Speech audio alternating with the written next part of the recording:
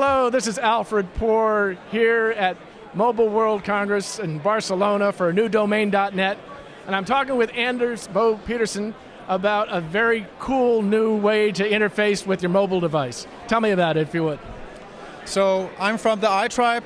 What we do here is that we're presenting a new Android SDK that you can do eye tracking with. Our eye tracking technology works with the camera sensors in existing Android phones, but also in future Android phones. So eye tracking has historically been in a space where you use it for research or for disabled people. We want to bring it to the consumer market, and we have a focus on very low prices.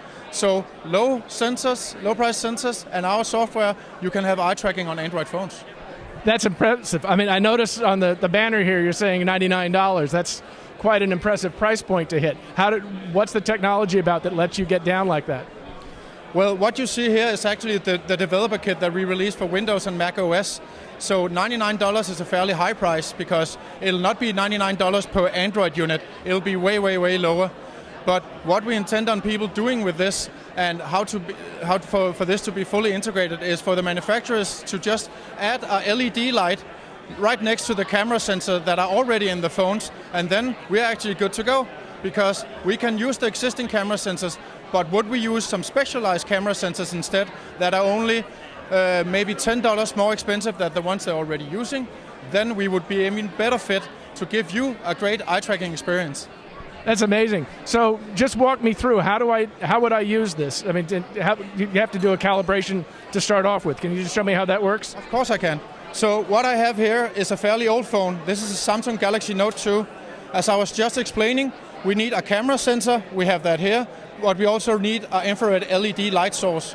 We don't have that in this phone built in. So what I've done here is add a prototype we call the DICE. And with this, I have the two components needed for eye tracking. So what I can do now here is start this phone.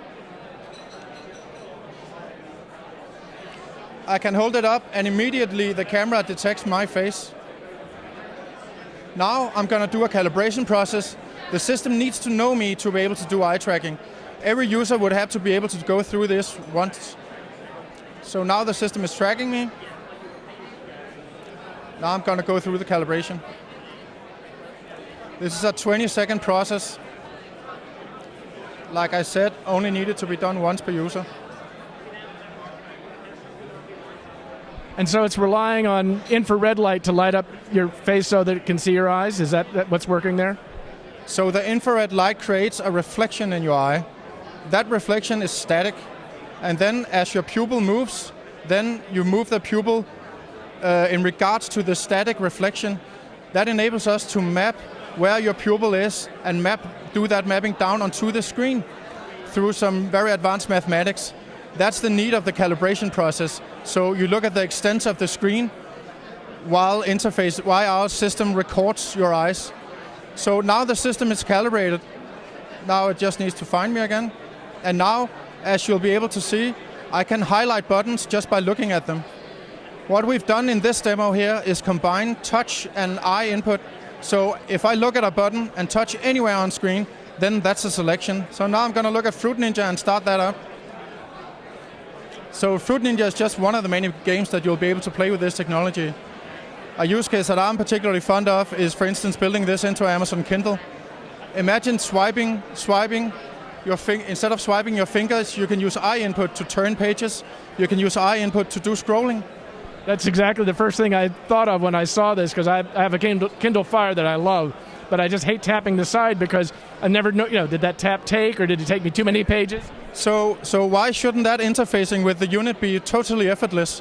Our technologies enable you to be exactly that. You don't have to move anything but your eyes to do some scrolling and some page turning. And the infrared required to provide the illumination, that's very inexpensive, isn't it? So adding LED lights to a large volume of phones is what I would call close to being free. At large volumes, the extra cost of that is insignificant. The price of the sensor if you subtract the price of the existing sensors with the price of the new one, that's extremely cheap as well. So the only thing needed on top of that is a license fee for us, and we're trying to get that as low as possible. So with very, very high volumes, our licensing price would be incredibly low also. That's amazing. So in time, hopefully we'll see this in lots and lots of phones as they come out. I can't promise you anything, but I would like to tell you when we're here next year, then this is as standard as touchscreens are. That would be awesome. Well, thank you so much for the demo. This is very exciting technology, and looking forward to seeing it come out in a lot of products. So again, here I am with the iTribe at Mobile World Congress in Barcelona for a new domain.net. I'm Alfred Poor. Thanks for watching.